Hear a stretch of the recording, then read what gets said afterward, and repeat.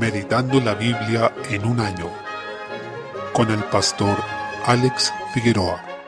Día 11, mes 9, Isaías capítulo 8. Comienza el capítulo con el anuncio del nacimiento de un hijo a Isaías. Su nombre sería Maher-Shalal-Hash-Baz, que significa el despojo se apresura o la presa se precipita. Este sería el hijo que Isaías tuvo con una profetisa. Antes de que el niño pudiera hablar, el juicio ya se había desatado sobre Damasco, es decir, sobre los sirios, y también sobre el reino del norte que es Samaria o Israel. Fueron los asirios, no confundir con los sirios, los que sirvieron de instrumento del Señor para este juicio, y solo aquellos que se aferraron a la palabra de Dios pudieron prevalecer a este derramamiento de la ira de Dios. El pueblo del sur, que es Judá, tenía que confiar en su Señor, santificarlo y temer a Él, no prestando atención a rumores y a los trascendidos que pudieran ser divulgados entre el pueblo como teorías conspirativas. Esto nos llama a poner nuestra confianza y temor en Dios y no en los hombres. Cuando se habla de temor es en el sentido bíblico, que es nuestra reverencia y disposición como siervos ante un amo bondadoso y lleno de amor como es el Señor. Podemos ver una dualidad constante en el profeta, ya que anuncia que unos serían restaurados y otros juzgados. Para unos el Señor sería por santuario y para otros sería tropezadero. Esto mismo se cita en el Nuevo Testamento, pues el Señor habló con este lenguaje para referirse a aquellos judíos que no creyeron en Él, sino que tropezaron en Cristo. Es posible apreciar que la única forma de confiar en el Señor y de permanecer fiel a Él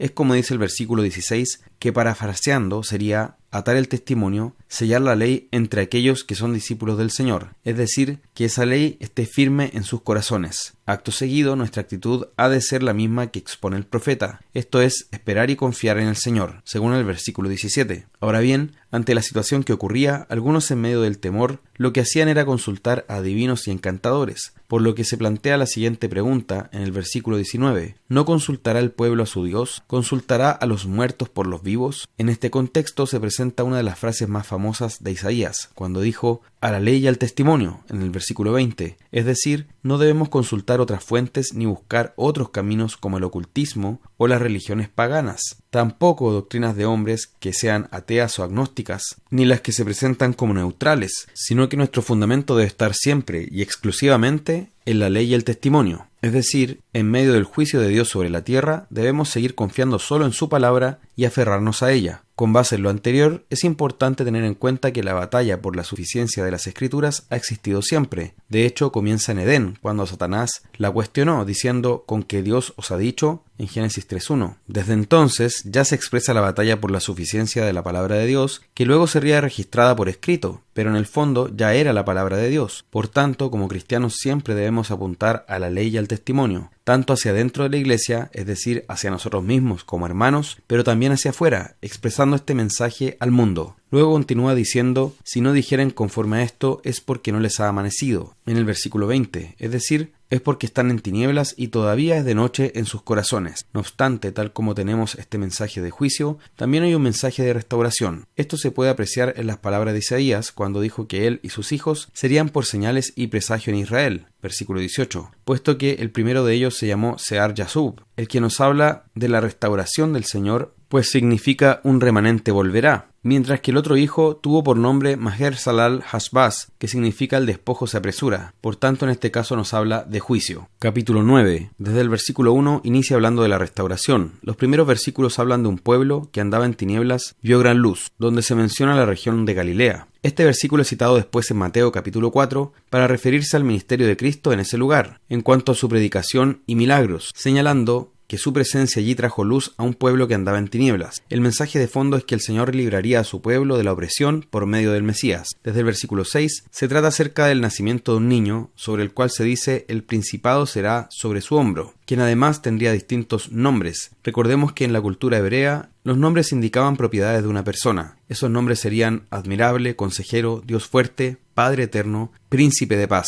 Así nos señala a ese hijo de la mujer anunciado desde Génesis 3.15, y que más adelante se va especificando que también sería hijo de Abraham, Isaac y Jacob, así como también de Judá y luego de David. Ese hijo es hombre pero a la vez Dios, lo cual podemos deducir claramente de este pasaje, porque solo Dios puede tener dichos títulos. También habla sobre el trono de David, en el que ejercerá su reino y éste no tendrá fin, en el versículo 7. Esto se dice aludiendo al pacto davídico de 2 de Samuel capítulo 7, complementando esa promesa de este pacto. Por consiguiente, ese hijo tendría todos los atributos divinos y reinaría para siempre. El celo de Jehová de los ejércitos haría esto. Es el Señor quien establecería a ese rey. Todo esto nos anuncia el ministerio del Mesías.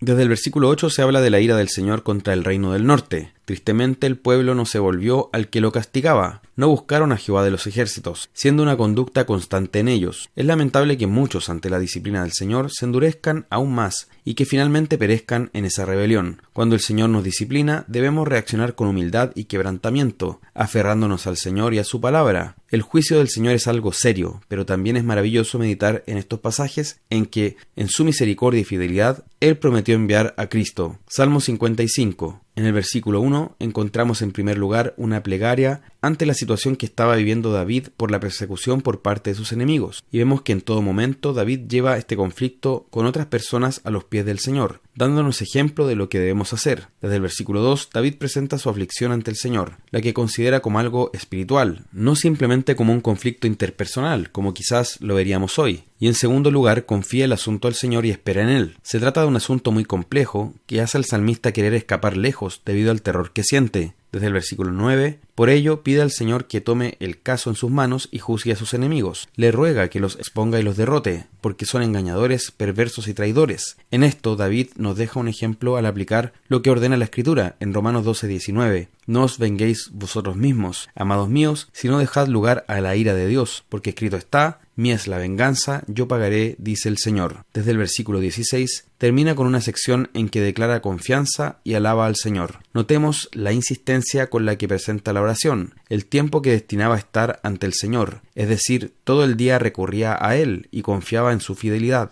Además, tenemos una preciosa promesa en el versículo 22 que nos invita a confiar en el Señor, sabiendo que Él no nos dejará caídos, sino que nos dará la victoria. Por consiguiente, ante la persecución y los conflictos con otras personas, que no se deban al pecado de parte de nosotros, sino que estemos siendo perseguidos por causa del Señor, debemos ir a Él y esperar en su justicia. Y ese es el consejo que nos presentan los salmos para enfrentar esta situación, sabiendo que Jesús, nuestro Señor, enfrentó la persecución con mansedumbre y en plena sujeción al Padre, como dice la Escritura: pues para esto fuisteis llamados, porque también Cristo padeció por nosotros, dejándonos ejemplo para que sigáis sus pisadas, el cual no hizo pecado ni se halló engaño en su boca, quien cuando le maldecían no respondía con maldición, cuando padecía no amenazaba, sino encomendaba la causa al que juzga justamente. Primera de Pedro 2, 21 al 23. Proverbios capítulo 23, versículos 4 y 5. No debemos afanarnos por hacernos ricos, aunque la Biblia no dice que el ser rico en sí sea pecado, pues tenemos el ejemplo de que Job, Melquisedec, Abraham, los reyes como David y Salomón eran ricos. Hay muchos personajes en la Biblia que tenían muchos bienes. Por eso fijémonos que no habla de ser rico en sí, sino de afanarse por hacerse rico. Es decir, se habla de la avaricia, no de esa riqueza que viene del trabajo arduo hecho para la gloria de Dios, de la administración sabia de los bienes propios. De hecho, esa riqueza honra a Dios. En contraste, aquí se habla de vivir para acumular riquezas. Dice el versículo 5, primera parte: ¿has de poner tus ojos en las riquezas, siendo ningunas? Pues al que ve de esta manera la riqueza, siempre le serán esquivas. Algunos obviamente estarán llenos de bienes, pero seguirán pensando que les falta un poco más. Esas son las riquezas que se van como las águilas. Procuremos con diligencia entonces estar contentos en el Señor. Segunda de Corintios capítulo 12. Desde el versículo 1 el apóstol Pablo sigue la línea de reivindicar su ministerio ante aquellos que lo estaban cuestionando constantemente. En este contexto comenta que fue arrebatado al tercer cielo, donde oyó palabras inefables que no le es dado al hombre expresar. Explica que no sabe si fue corporalmente o no, pues fue una visión tan increíble que él no estaba seguro de si estaba solo en espíritu o también en su cuerpo. Cabe aclarar que el primer cielo es la atmósfera de las aves y las nubes, el segundo es en el que vemos las estrellas, y el tercero es el lugar invisible donde habita Dios, según comenta la Biblia de Estudio de la Reforma. Lo cierto es que estas revelaciones las recibió en su calidad de apóstol de Jesucristo, y ninguno de sus opositores podía gloriarse de haber presenciado siquiera algo cercano. Desde el versículo 7, a pesar de estas visiones sublimes, él solo quiere gloriarse en sus debilidades. Dado que todavía moraba el pecado en él, se le dio un aguijón en su carne, llamado también un mensajero de Satanás. Aunque no sabemos muy bien en qué consistía, sabemos que debe haber sido algún dolor o una molestia constante que le recordaba que él era humano y que dependía del Señor. Le hacía presente su debilidad. Por eso él se gloría todo el tiempo en esa debilidad, porque ella lo llevaba a reconocer que el poder es del Señor y que debía perfeccionarse en él. Él rogó al Señor una y otra vez para que le quitara esto, pero el Señor le dijo: te basta mi gracia. Versículo 9. Traducido de otra forma sería: mi gracia te sea suficiente. Ese fue el mensaje del Señor, es decir, a mayor conciencia de nuestra propia debilidad y dependencia de Dios, mayor manifestación del poder de Dios habrá en nosotros. Hay momentos en que también vamos a encontrarnos en una situación como esta, en que podemos orar para que el Señor nos sane de ciertos males o quite ciertos problemas de nuestra vida, pero también la respuesta del Señor puede ser un no. En esos momentos debemos entender que su gracia es suficiente, que su poder se perfecciona en nuestra debilidad. El Señor no es un genio de la botella a quien le pedimos y simplemente debe darnos todo conforme a nuestra solicitud, o debe sacarnos de todos los problemas que enfrentamos. Debemos aprender a vivir en medio de esas situaciones problemáticas sabiendo que las aflicciones del tiempo presente no se comparan con la gloria venidera en Cristo Jesús, y también que su poder es el que nos ayuda a atravesar por esas situaciones. Por eso dice: por amor a Cristo me gozo en las debilidades. Versículo 10. El apóstol no soporta de mala gana ni a regañadientes, sino que se goza en la debilidad de la afrenta, de las necesidades, en persecuciones o angustias, porque él sabe que allí, cuando es débil, necesitado o cuando está angustiado, entonces él se puede fortalecer en el poder de Dios. Que podamos llegar a este nivel de fe, que en esos momentos y situaciones de dificultades podamos tener la actitud